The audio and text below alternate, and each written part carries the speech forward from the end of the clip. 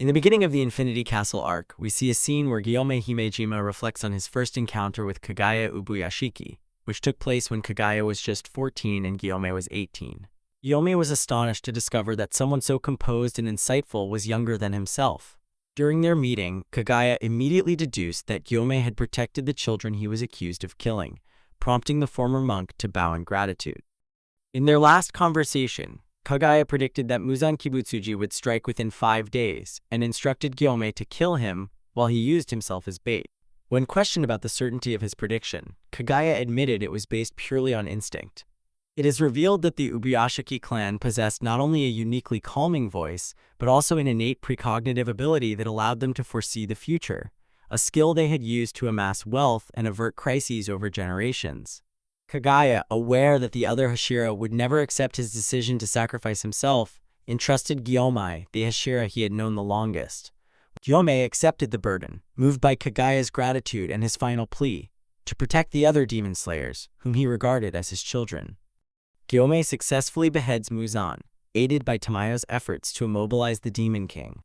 However, as Kagaya had foreseen, Muzan regenerates his head, an outcome that does not surprise Gyomai. He recalls Kagaya's warning that only sunlight could kill Muzan. Observing Muzan's unparalleled regeneration, far exceeding that of any demon he had ever faced, Gyomai resolves to restrain him until dawn, no matter the cost. In a coordinated assault, each Hashira unleashes their unique breathing styles. Despite their efforts, Muzan meets their combined assault with a chilling smile. Suddenly, massive doors materialize beneath the demon slayers, sliding open to cast them into the depths of the Infinity Castle. As they plummet, Muzan mocks them for believing they had him cornered, declaring that they are now descending into hell and vowing to kill them all. In response, Tanjiro defiantly declares that Muzan is the one destined for hell and promises to end him. Muzan, unfazed, accepts the challenge, taunting, "Then do it if you can, Tanjiro Kamado." As Tanjiro plummets into the Infinity Castle, he is disoriented by the warped surroundings. Gravity and direction seem to defy logic. He speculates whether this chaotic realm is a result of Muzan's blood demon art. Aware that Tamayo cannot hold Muzan at bay for long, Tanjiro resolves to confront and defeat the demon lord as swiftly as possible. Spotting the bottom of his descent, he attempts to grab a ledge but fails. Just as he begins to fall further, an arm reaches out and pulls him to safety. It is Giyu. Tanjiro expresses his gratitude, but before they can regroup, a demon launches a surprise attack. Tanjiro swiftly dispatches it using water breathing, first form, water surface slash. Moments later, doors behind Tanjiro swing open, releasing a massive horde of demons that converge upon them. Tanjiro counters with water breathing, sixth form, whirlpool, while Giyu employs fourth form, striking tide. Working in perfect unison, the two slaughter the demons in a fluid, synchronized assault. After the battle, a shaken Tanjiro remarks on Giyu's incredible skill, noting how he could instantly predict Tanjiro's movements and coordinate without risking friendly fire. Giyu, as composed as ever, offers little reaction, and the two press onward through the Infinity Castle. Elsewhere, Obanai arrives and is immediately swarmed by demons. Using serpent breathing, fifth form, slithering serpent, he annihilates his attackers and warns them to stay away from Mitsuri. Overjoyed to see Obanai come to her aid, Mitsuri assures him that she is unharmed. The two proceed through the castle together. Meanwhile, Gyome and Muichiro cut through countless demons with ease as they forge their path. Muichiro observes the overwhelming number of demons, while Gyome deduces that each one is as powerful as a lower rank. Their purpose, he concludes, is to exhaust the Demon Slayer Corps through sheer attrition. When Muichiro inquires about Kagaya's status, Gyome solemnly reveals that Kagaya had met a dignified end. Suspecting that Kagaya may have used himself as bait to protect others, Muichiro presses forward, and Gyome confirms this grim truth. Enraged by Muzan's actions, which took not only his brother but also their beloved leader, Muichiro vows to make Muzan suffer before ending him. Gyomai, equally filled with anger, shares this determination.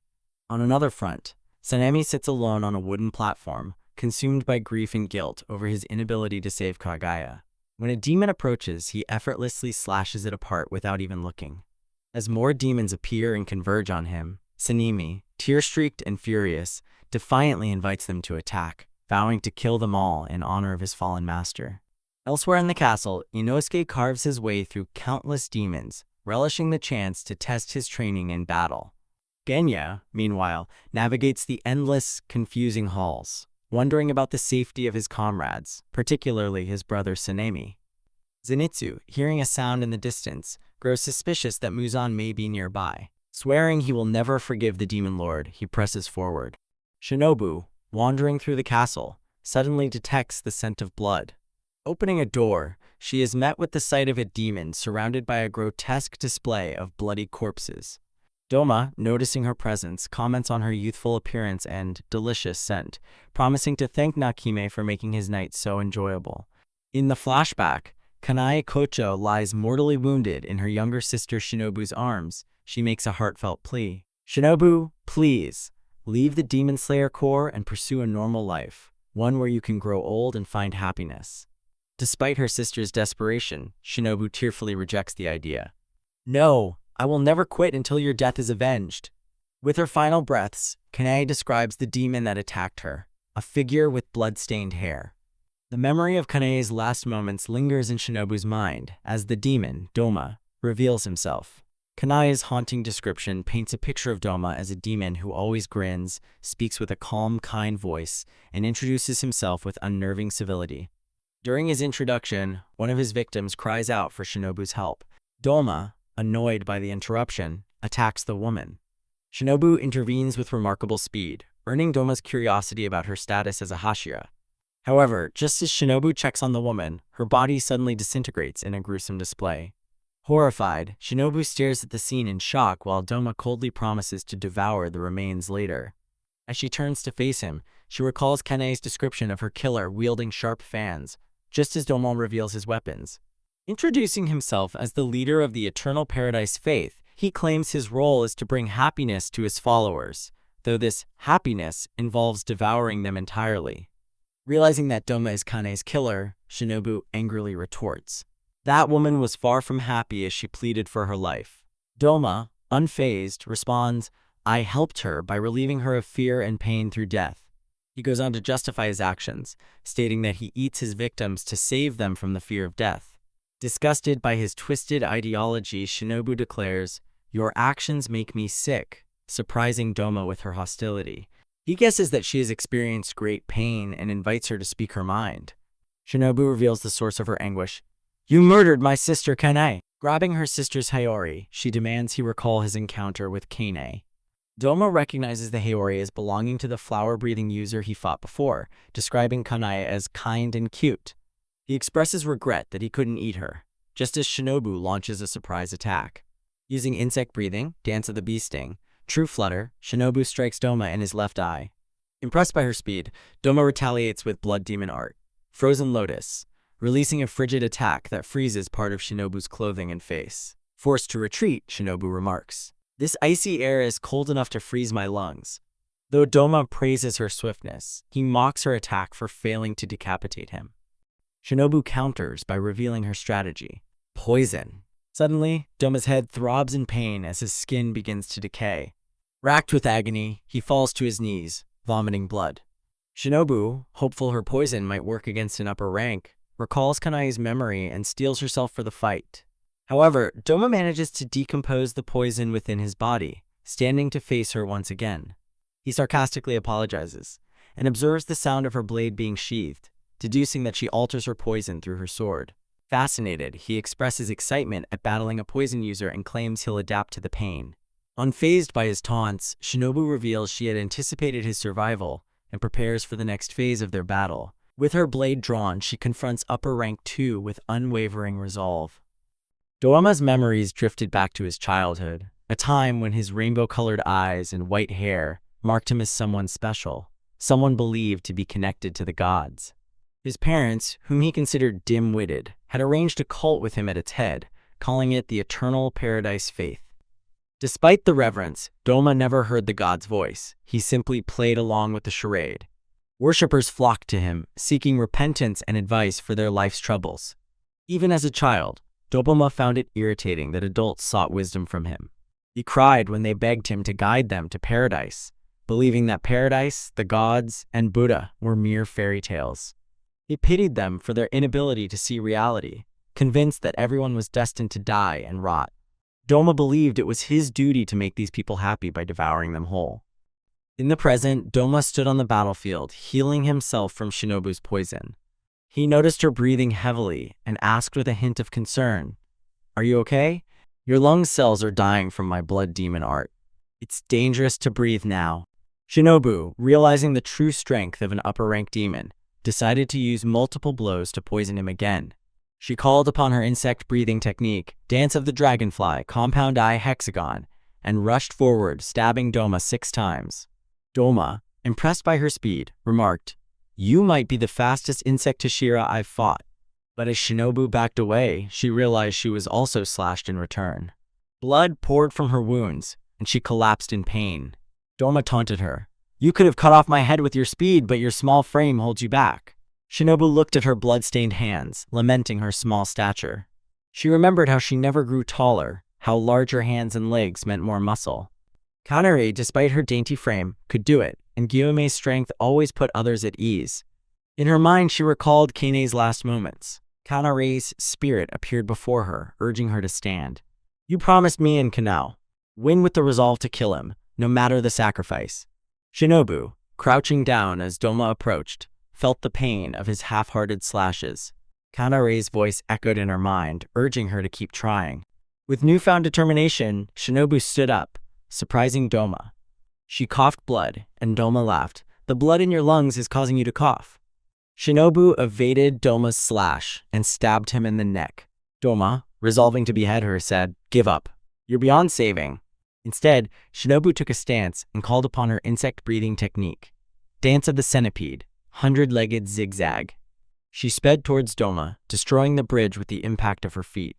Doma tried to slash her but missed, only slicing her hayori.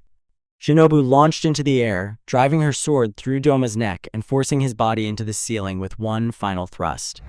Shinobu's memories of her childhood were once filled with the belief that happiness was an endless road throughout life. This belief was shattered when a demon invaded her home, killing both her parents and leaving her and her sister Kanae orphaned. They were saved by Gyome Himejima, who arrived just in time to defeat the demon. Though her own happiness was forever destroyed, Shinobu realized that others' happiness could still be preserved. The sisters resolved to become demon slayers to prevent others from suffering the same fate.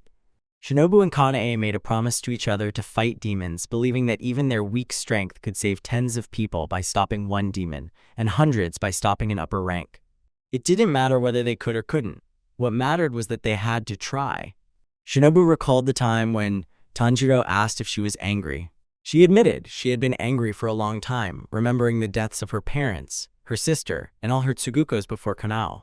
She thought of Aoi, Sumi, Kiyo, and Naho, whose families were also killed. Most of all, she was incensed at her poison's inability to hurt Doma. Her sword slipped from Doma's neck, causing her to fall. Doma used his ice to catch her and pull her into a mocking embrace. With crocodile tears in his eyes, Doma mockingly congratulated her for making it this far, while insulting her for being weaker and less talented than Kanae. This infuriated Shinobu. Doma acknowledged her foolishness in trying to kill him despite the odds, and called it the fleeting nature of humans. As he decided she was finally worthy of being eaten, he asked for her final words. Shinobu responded defiantly, "Go to hell." Doma began to absorb Shinobu's body. Kanao opened the door to the cult room and looked up to see Doma clutching Shinobu in the roof. Shinobu attempted to signal Kanao with her hand, but Doma noticed. As Kanao watched in horror, Doma broke Shinobu's body in his arms, killing her and causing her sword to fall. Kanao desperately leaped upwards to use flower breathing, 4th form, Crimson Hanagoromo, but missed as Doma escaped and landed on the floor. The demon advised her not to attack him while he was absorbing someone, causing Kanao to seethe with rage. Doma failed to taunt her and instead fondly recalled that Shinobu had only a short time with him due to his abilities. He decided that this night might be really good, having 2 gorgeous meals at once. Licking Shinobu's hairpin, he commented on his fine evening, having feasts come to him one after another. As the upper rank continued to taunt her, Kanao admitted that somehow she felt the people important to her would be alive tomorrow, yet there was no way she could promise it with certainty. Meanwhile, Zenitsu approached a room and called for the individual inside to come out. The response was that Zenitsu's beckoning was an improper address to a senior. Kaigaku walked out and taunted him for being as dainty and seedy as ever. Zenitsu responded that as a demon, Kaigaku was no longer his senior. As Tanjiro and Giyu sprint in through the labyrinthine Infinity Castle, Tanjiro nearly plummets through an opened floor, barely managing to grab the ledge and save himself. Giyu warns him to stay alert, and Tanjiro remarks that it feels as if the castle itself is alive, actively trying to separate them. He knows they must reach Muzan and the rest of the core members quickly, realizing that Tamayo is running out of time, yet they still don't know Muzan's exact location. Suddenly, a Kasugai crow announces that Shinobu has been killed in battle against Upper Rank 2. Upon hearing this, Tanjiro wells up with tears, thinking about Kanao and the girls of the Butterfly Mansion. Giyu notices a piece of paper attached to the crow's neck, remarking that messages are being sent rapidly. Meanwhile, Kiriya Ubuyashiki, the new Oyakata of the Demon Slayer Corps, receives similar pieces of paper talismans of Yushiro's blood demon art on his head and those of his sisters, Kanata and Kukina. Kusina confirms Shinobu's death to Kiriya and notes that the remaining Hashira are still alive. Kiriya, now the leader at the tender age of 8, does not mourn his parents and sister. Instead, he focuses on the mission, having no time to shed tears. Kusina and Kanata also push their grief aside to support him. Kiriya orders the crows to spread as many talismans as possible due to their lack of information. Kusina confirms that Muzan's location has not changed, and that the Hashira are spread thin. He orders them to head north. Kumina adds that Kanao and Zenitsu are currently facing upper ranks, with Zenitsu confronting upper rank 6. In the midst of this, Kaigaku taunts Zenitsu, believing he remains weak. He rhetorically asks if Zenitsu is now a Hashira, and if he still uses only the first form of thunder breathing. Zenitsu, surprising the demon, talks back, questioning if Kaigaku is excited to fill the bottom place of the upper ranks.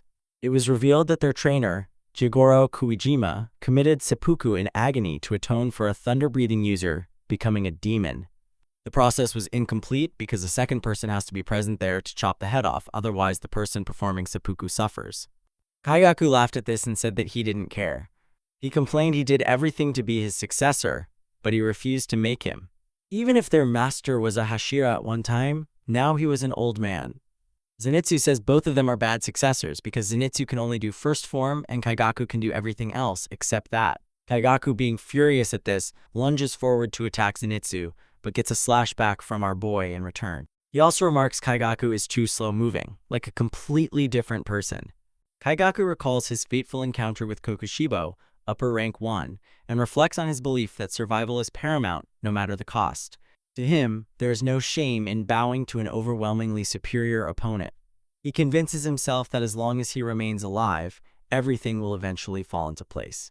It does not matter if he is humiliated, forced to drink dirty water, or cursed for his misdeeds. Survival is all that matters. He is determined that someday he will achieve success.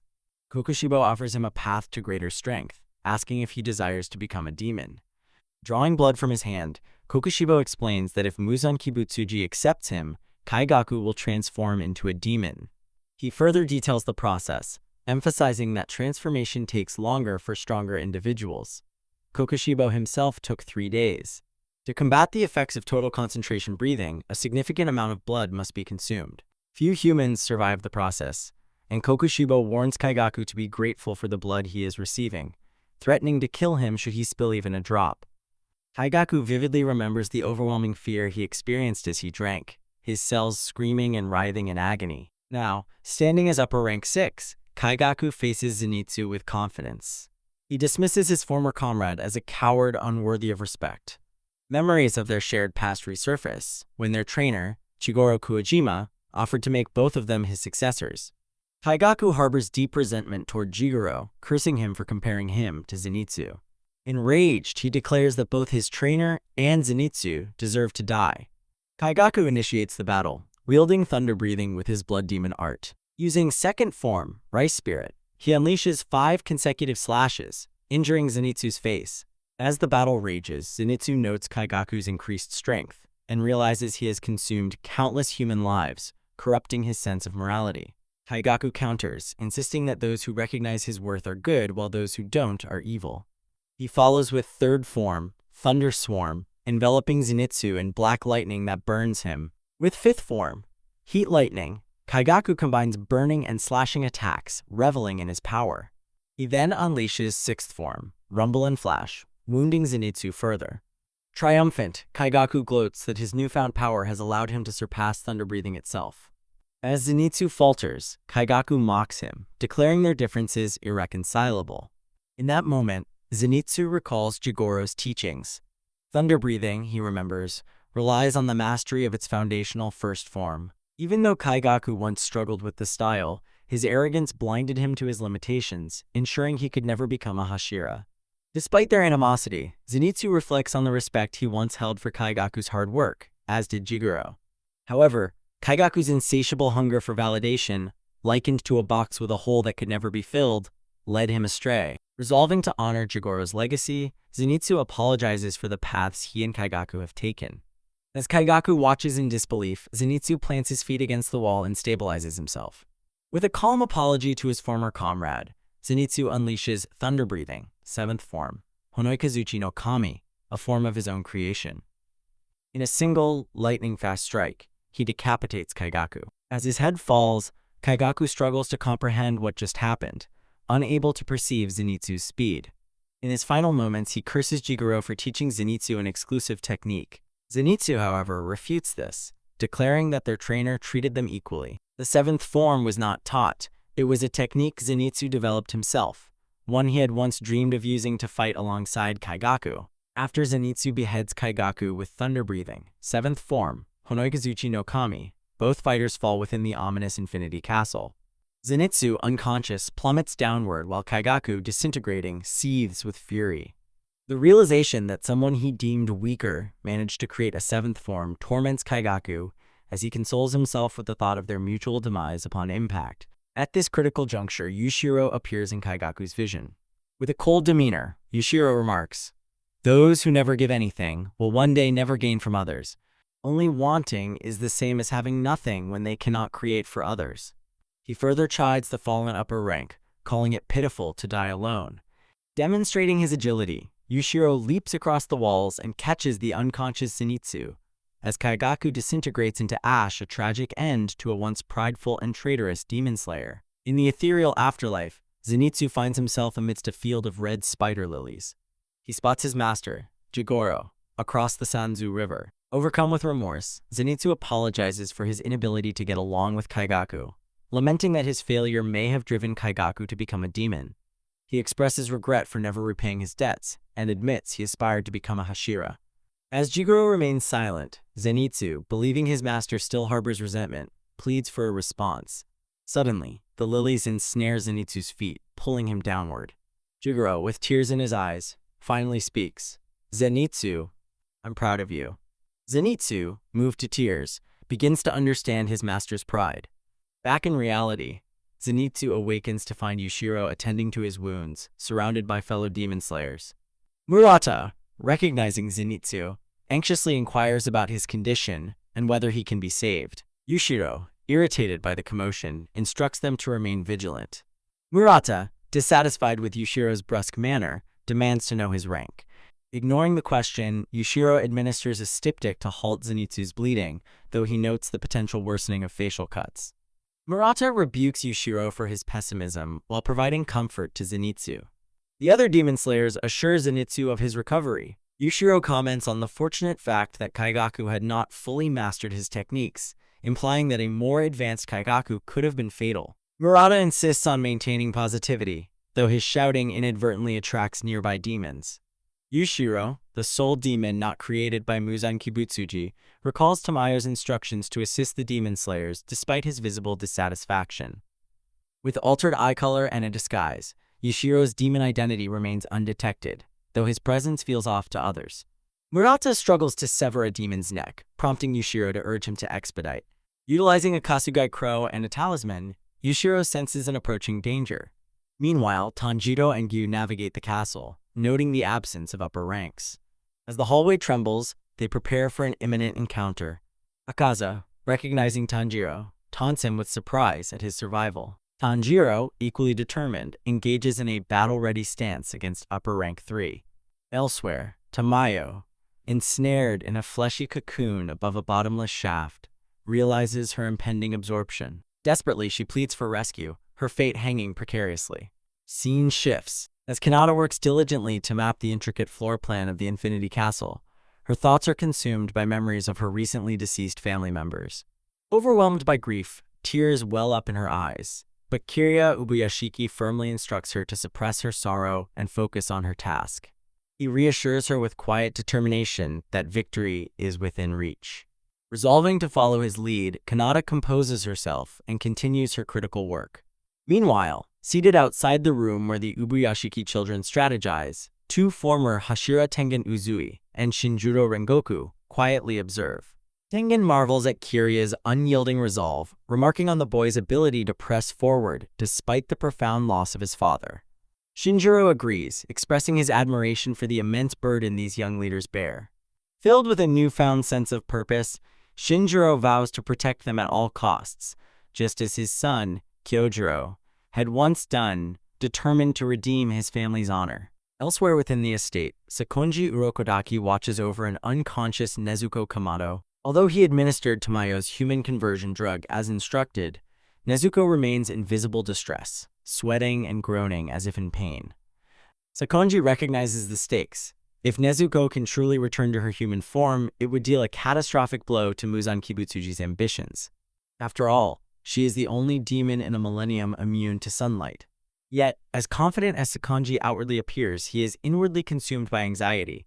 The prospect of witnessing the ancient war between humans and demons reach its conclusion leaves him trembling.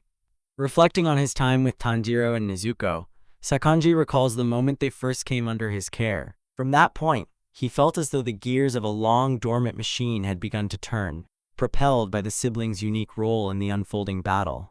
Silently, he prays for their survival and ultimate victory. On the battlefield, Akaza launches a devastating punch at Tanjiro, but the young demon slayer counters with Hinokami Kagura, Fire Wheel, flipping over the demon and striking his arm with his blade. Summoning all his strength, Tanjiro manages to sever the limb, though Akaza quickly regenerates it and retaliates with a powerful swing aimed at Tanjiro's head. Tanjiro narrowly evades the blow using Hinokami Kagura, Fake Rainbow, repositioning himself behind Akaza while simultaneously slashing the demon's face. Giyu Tomioka, observing from nearby, is deeply impressed by Tanjiro's growth. Once a novice overwhelmed by despair, Tanjiro has risen to a level worthy of a Hashira, now capable of holding his own against an upper-rank demon. Akaza, intrigued by Tanjiro's progress, recalls Kyojuro Rengoku's words from their fateful encounter. "This boy is not weak. Do not insult him." In that moment, Akaza recognizes the truth in Kyojuro's assertion.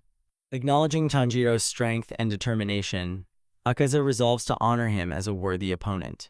With newfound respect, the Upper Rank 3 activates technique development, Compass Needle, marking the beginning of a battle to test Tanjiro's newfound prowess. Using water breathing, third form, Dance of the Swift Current, Giyu masterfully maneuvers around Akaza, evading his relentless barrage of attacks. Akaza, impressed by Giyu's skill, remarks that it has been 50 years since he last fought a water Hashira. The demon unleashes Destructive Kill, War Style, Disorder, creating devastating shockwaves that force Giyu to respond. In turn, Giyu counters with Water Breathing, 11th form, Lull, effortlessly neutralizing the shockwaves. Akaza marvels at the technique, admitting he has never seen it before, as the last water Hashira he encountered did not use it. Seizing the moment, Tanjiro launches an attack from behind, utilizing Hinokami Kagura, Scorching Crimson Mirror to strike at Akaza's neck. However, the demon swiftly evades and appears behind Tanjiro, attempting to decapitate him. Though Akaza's strike is nearly fatal, Giyu intervenes in the nick of time, severing Akaza's arm with Water Breathing, second form, Water Wheel. The demon regenerates instantly, and the battle continues to intensify. Tanjiro strikes again, this time using Hinokami Kagura, Flame Dance, aiming to cut Akaza down. But Akaza counters with Destructive Kill, Leg Form, Cap Tip Slice, fending off the attack.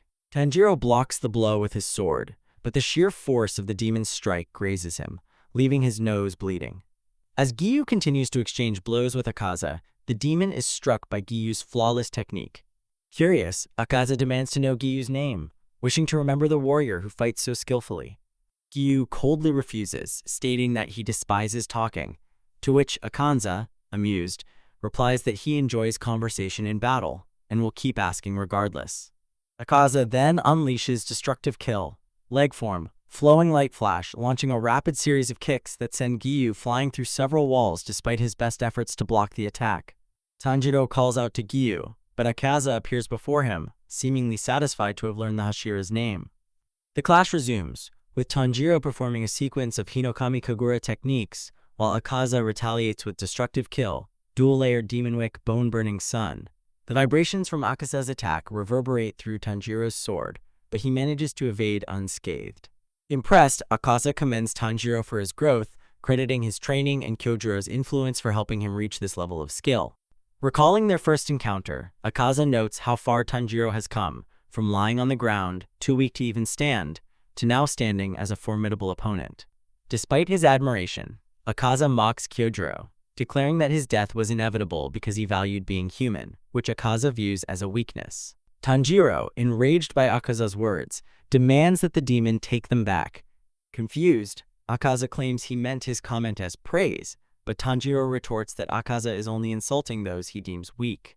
Akaza, unbothered, argues that his disdain for the weak stems from his belief in the law of nature, where the weak are destined to perish while the strong thrive. Tanjiro counters passionately, stating that his very presence, standing strong after countless battles, is proof that Akaza's ideology is flawed. He reminds the demon that everyone is born weak and depends on others to grow stronger. Tanjiro declares that the true law of nature is for the strong to protect the weak, and for the weak to rise and protect those they can.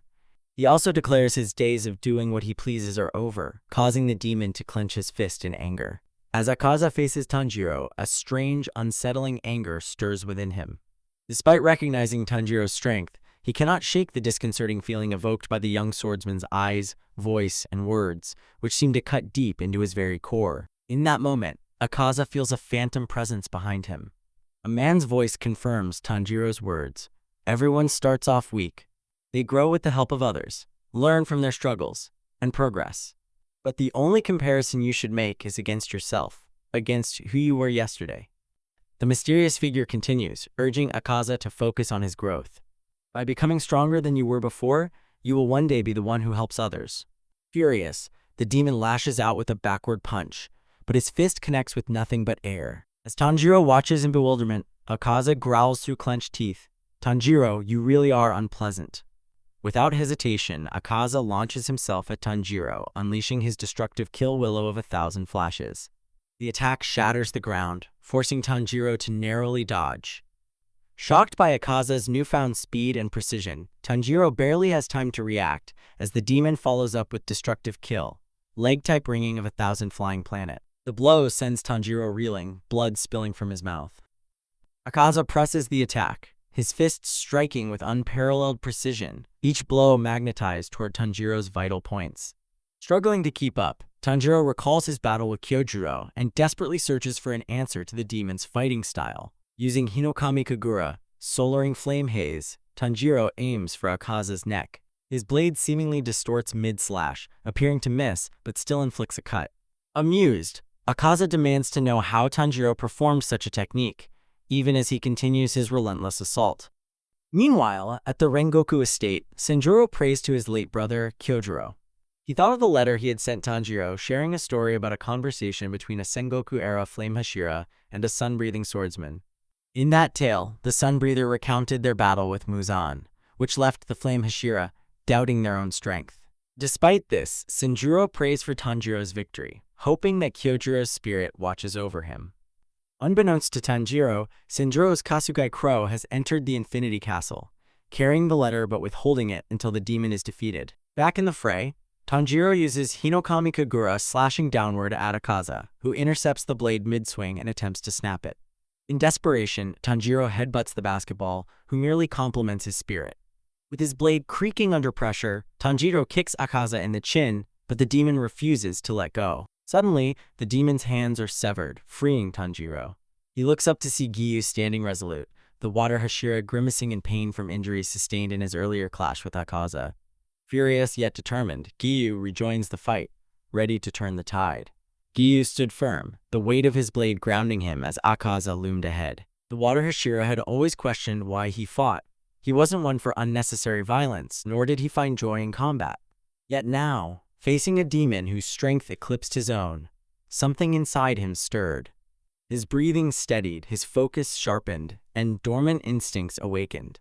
So this is what it means to push yourself to the limit, Giyu thought, his grip on his sword tightening.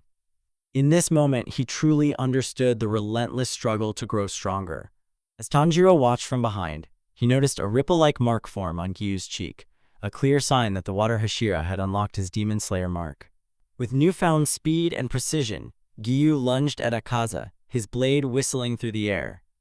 The slash missed by a fraction, and Akaza retaliated with a powerful punch aimed at his head. Giyu ducked in time, his instincts guiding him, and countered with a sharp slash across the demon's neck. Akaza staggered back, a flicker of irritation crossing his face. Tanjiro's eyes widened as he watched. Giyu-san's speed. It's on another level now. The battle raged on.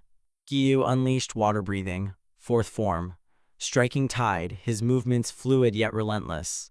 His blade tore through the demon's arm, severing it cleanly, but not without cost. A deep gash appeared on Giyu's forehead as the demon struck back. Blood trickled down his face, but Giyu's resolve didn't waver. Even with his mark, Akaza's strength is overwhelming, Tanjiro thought, his heart pounding. If this keeps going, Giyu-san will run out of stamina, but Akaza won't. Demons don't tire. Tanjiro's mind raced. He needed to find a way to defeat the demon quickly.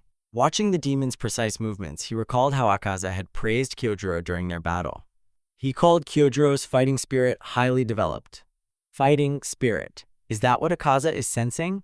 A memory surfaced. A conversation with Inosuke at the Butterfly Mansion. Inosuke had confidently told him, "I can feel it when someone's aiming at me. It's like a tingle in my skin. Even if they're behind me, I know where they're looking." At the time, Inosuke had demonstrated by asking Tanjiro to stare at his back. Without hesitation, Inosuke had identified that Tanjiro was looking at his right shoulder. But, Inosuke had added with frustration, if someone doesn't have any hostility, I can't sense them at all. He had pointed out the elderly woman at the Wisteria house, who had once sat behind him unnoticed. He could only sense the intent to harm, Tanjiro realized with a sense of urgency. The demon must be doing the same. He senses our fighting spirit, the intent to kill. He paused, thinking. But if I could suppress that, he continued, his tone becoming more hopeful, could I catch him off guard? Even if it's impossible to completely hide my hostility, he stated, with a determined tone, there has to be a way to disrupt his compass needle. As Tanjiro pieced together a plan, Akaza and Giyu continued their clash. Giyu's blade moved like water, but Akaza's precision was unrelenting. In a swift move, the demon parried Giyu's strike, throwing him off balance. He lunged forward with a punch aimed directly at Giyu's chest, but before the blow could land, Tanjiro saw an opening. Now! Tanjiro shouted with determination. With a burst of speed, Tanjiro closed the gap, aiming his blade at the demon's exposed neck, the flames of his sword blazing as it arced toward the demon. But Akaza was faster. Sensing the attack, he reached behind him and grabbed Tanjiro's sword mid-swing. The sheer force of his grip sent shockwaves down the blade. With his other hand, the demon threw a punch, sneering, "You left yourself wide open, boy." Tanjiro barely managed to twist his body, avoiding the full force of the blow. Even so, the edge of Akaza's fist grazed him, leaving a deep cut across his stomach, as blood soaked his uniform. Giyu stepped in, his blade flashing as he re-engaged Akaza, giving Tanjiro a moment to recover. But the young swordsman's mind was racing. What is fighting spirit, exactly? Is it something I can control? Or is it instinctual? And then, as he watched Giyu and Akaza clash once more, the answer came to him like a flash of lightning. His eyes widened as the pieces fell into place.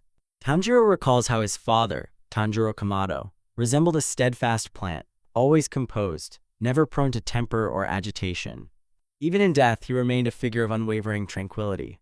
Whenever Tanjiro thinks of him, the first images that come to mind are his gentle smile and soothing voice. A particular memory surfaces, one of Tanjiro, still a child, asking his father about the Hinokami Kagura. Even then, he understood the grueling nature of the ritual, which required performing all 12 forms from sunset to sunrise without pause. Concerned for his father's frail body, he had asked if he could take on the responsibility the following year. The father, touched by his son's concern, reassured him with quiet conviction. He explained that, despite his declining health, he had never once found the dance to be difficult. He recalled learning it from his own father and admitted that, in his youth, he had struggled.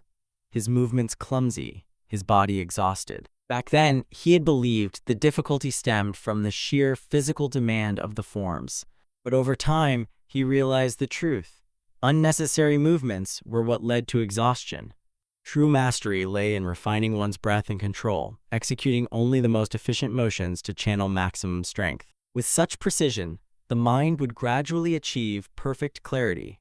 The father continued, explaining that the first step was to internalize the movements and develop an acute awareness of every fiber of his being, down to his very blood vessels. This stage was the most arduous. It bred doubt and demanded unwavering perseverance. Even as progress was made, the fear of failure could be overwhelming. But once that mastery was achieved, he would instinctively eliminate all excess, closing himself off from distraction. Eventually, his control over his body would become as effortless as blinking, and when he reached the limits of his strength, he would glimpse the transparent world. When Tanjiro asked if he could ever reach such a state, his father offered no hesitation. "With dedication, you will," he assured him before gifting him a new pair of waraji, a quiet sign of encouragement. A memory from 10 days before Tanjiro's death resurfaces, one that, at the time, had seemed nothing more than a display of his father's remarkable strength. A man-eating bear had descended upon the mountain, killing 6 people. That night, as a heavy blizzard blanketed their home, the father suddenly awoke and roused Tanjiro from his sleep, instructing him to follow. Though still drowsy, Tanjiro obeyed, and together they ventured into the cold. There, looming in the darkness, stood the monstrous bear, nearly 9 shaku tall, its presence alone exuding menace. Despite the bells they had strung around the area as a warning system, Tanjiro had sensed its presence without needing to hear them. Armed with nothing but an axe, his frail body weakened by illness, Tanjiro confronted the beast. In a calm and steady voice, he spoke, not with fear or hostility, but with solemn resolve. He apologized for the bear's hunger, but warned it. If it threatened his family, he would show no mercy. The beast roared, lunging forward to strike him down. In a single, fluid motion, Tanjiro swung his axe and leapt. Before the bear could move a step, its head was severed from its body, falling heavily to the ground. Tanjiro watched in stunned silence, his mind struggling to comprehend what had just occurred. From what he had seen, his father would have needed 2 full swings to completely decapitate the beast, yet there had been no hesitation, no moment of adjustment. Even with his keen sense of smell, Tanjiro detected no fear, no rage. Tanjiro had acted with the same serene composure he always carried. His father turned to him, eyes calm, and asked if he had observed carefully. Still reeling from the display, Tanjiro could only nod before running into his father's arms. Tanjiro held him close and simply said, "Remember this night." Looking back, Tanjiro realizes the truth. This was not merely an act of strength. His father had imparted a lesson on how to see the transparent world, just as generations before him had done. And now, in the heat of battle, as the demon's fist came hurtling toward him with lethal force, Tanjiro's mind unlocked that lesson. For just an instant, he entered the transparent world. His vision sharpened beyond natural limits, allowing him to see through Akaza's body. Every muscle, every movement laid bare before him. In that moment, Tanjiro instinctively shut off his other senses, transcending human limits to evade what should have been an unavoidable strike. His body, now unburdened by hesitation, moved faster than ever before. He chastises himself for ever doubting Inosuke's advice on reflexes and instinct. No longer shackled by uncertainty, Tanjiro resolves with newfound clarity. He will bring down Akaza, fighting alongside Giyu until the battle is won. As Tanjiro momentarily glimpses the transparent world, he experiences a dramatic surge in perception and speed. The flow of his own blood, the contraction of his muscles, everything becomes visible to him with striking clarity. Realizing that by erasing his fighting spirit, he might evade detection, he formulates a strategy to behead Akaza. Meanwhile, a desperate Giyu unleashes water breathing, 10th form, constant flux against the formidable upper rank 3. Yet despite his strongest efforts, the demon sustains only a shallow wound to his neck, while Giyu himself suffers an injury to his shoulder. He quickly realizes a chilling truth. Any powerful strike against Akaza is met with an equally devastating counterattack, rendering his offense futile. In awe of the demon's overwhelming power, he acknowledges the demon as a relentless killing machine, born and perfected for battle. Mocking Giyu for exhausting all his techniques, the demon prepares to deliver the final blow, surprised that Hashira has lasted this long. As he closes in, Giyu slashes downward at his neck, only for the demon to intercept the attack mid-swing, shattering the Hashira's Nichiren katana with his bare fist. Stunned and defenseless, Giyu braces for the end as the upper rank bids him farewell, only for blood to spray through the air. However, it is not Giyu's blood, but demons. His hand has been severed. Standing between them, Tanjiro wields his blade in the aftermath of a flawless Hinokami Kagura strike, having intervened just in time to save Giyu. The water Hashira, shocked, notes the transformation in Tanjiro. The upper rank, sensing the shift, grows uneasy. The young demon slayer now exudes a presence far beyond anything he had displayed before. Sensing the threat, the demon initiates his ultimate technique development, final form, chaotic blue metal afterglow. With a single motion, his compass needle activates, summoning an omnidirectional barrage of explosive shockwaves. Giyu, realizing the imminent danger, considers using dead calm, but before he can act, he witnesses something extraordinary. Time itself seems to slow. Yet it is not time that has slowed, but Tanjiro. With his newfound vision into the transparent world, he perceives the battle at an entirely different level. As the devastating shockwaves erupt, Giyu is unable to withstand the sheer force, sustaining grievous wounds across his body. Yet the demon, impressed by his endurance, offers him a twisted proposition: to become a demon and escape the fate of those who perished before him, including Kyojuro and Tanjiro. However, it is the demon who is caught off guard. Despite the devastating attack, Tanjiro has vanished from his perception. For the first time, the demon fails to detect his opponent. Giyu, astonished, realizes that Tanjiro has completely erased his fighting spirit, becoming undetectable even to upper rank's compass needle. Then, Tanjiro speaks. He calls Akaza's name with quiet intensity. Giyu, horrified, warns him not to give away his position, but it is already too late. The demon, reacting on instinct, swings, but the strike finds nothing. Tanjiro is already past him. A split second later, upper rank's vision tilts. His body remains still, yet his head has been severed. Only then does he comprehend what has happened. Tanjiro, in a movement too swift for even the upper rank to register, has executed Hinokami Kagura, the setting sun, beheading the demon before he could even process the attack.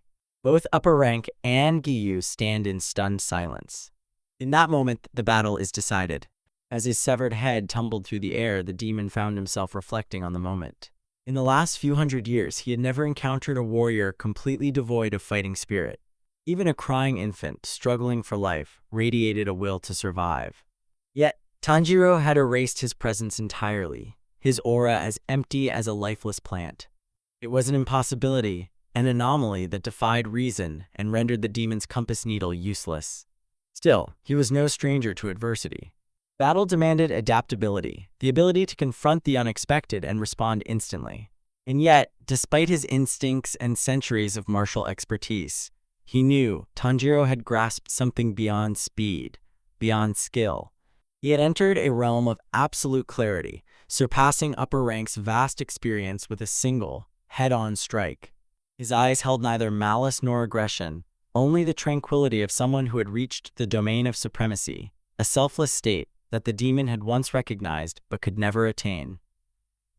Undeterred, the demon forced his severed head back onto his body, his demonic regeneration already at work. He refused to fall. He would keep fighting. He would become stronger. But Tanjiro saw through him. Understanding the demon's intent, he acted swiftly, only for Giyu to react first. With decisive force, the water Hashira hurled his broken sword, striking upper rank 3's head and sending it flying from his body. Even as his head detached once more, the demon's will refused to wane. He struggled to persist, to defy death itself. But as the severed head began to crumble into ash, the fight seemed to reach its conclusion. Tanjiro, watching the disintegration, felt relief wash over him. At last the battle was won. Yet his body trembled violently, his strength utterly depleted. However, something was wrong. Then, with surprise and horror, despite losing his head, Akaza's body remained. Then, before their horrified eyes, it moved. Without hesitation, the headless torso assumed a combat stance and unleashed technique development, compass needle. The gaping wound at its neck constricted, staunching the flow of blood as it prepared to fight once more. In an instant, the body lunged. Tanjiro barely evaded as a powerful strike narrowly missed his neck. The demon's corpse was adapting, evolving. It sought to extend its existence beyond its head, to transcend its weakness. Before Tanjiro could react, a devastating kick struck his side, launching him into a nearby wall. Pain coursed through his body, his vision blurred, and a single thought rang in his mind. Why? He had beheaded the demon. He had watched his head turn to ash. And yet the upper rank fought on. For a brief moment, he entertained the idea that the demon possessed a unique condition, much like Gyutaro and Daki. But no, this was different. The demon wasn't merely surviving. He was evolving, much like Muzan. Tanjiro attempted to rise, but his body had reached its absolute limit. Darkness crept into his vision, and, at last, consciousness slipped away. Yahello, witnessing Tanjiro collapse, stepped forward. With no time to hesitate, he retrieved his shattered sword and launched an attack. Water-breathing, fourth form, striking tide. His blade slashed through the demon's flesh, yet the wounds healed instantly. Without the strength of his mark, he was overpowered. The relentless onslaught of the upper-rank strikes left him battered, and soon he too fell to the ground. The demon turned to Tanjiro, ready to finish him. But Yahello, bloodied and gasping for breath, refused to yield. He lifted his broken sword once more and roared, "I'm still alive! If you want to reach him, you'll have to get through me first." Then, something stirred within the demon. A voice echoed in his mind. "Indomitable wills never break, no matter the hardship. We may not be samurai who carry swords, but we wield them in our hearts. Our fists are our blades." For the first time, hesitation flickered in the demon's stance. He scowled, pushing aside the voice as nothing more than a nuisance. But then, he felt it. A gentle touch. He turned, and before him stood a young woman. Tears welled in her eyes as she reached for him, her voice trembling. "Hakuji, that's enough." The episode ends here. Stay subscribed for more Demon Slayer episodes and fresh manga cover.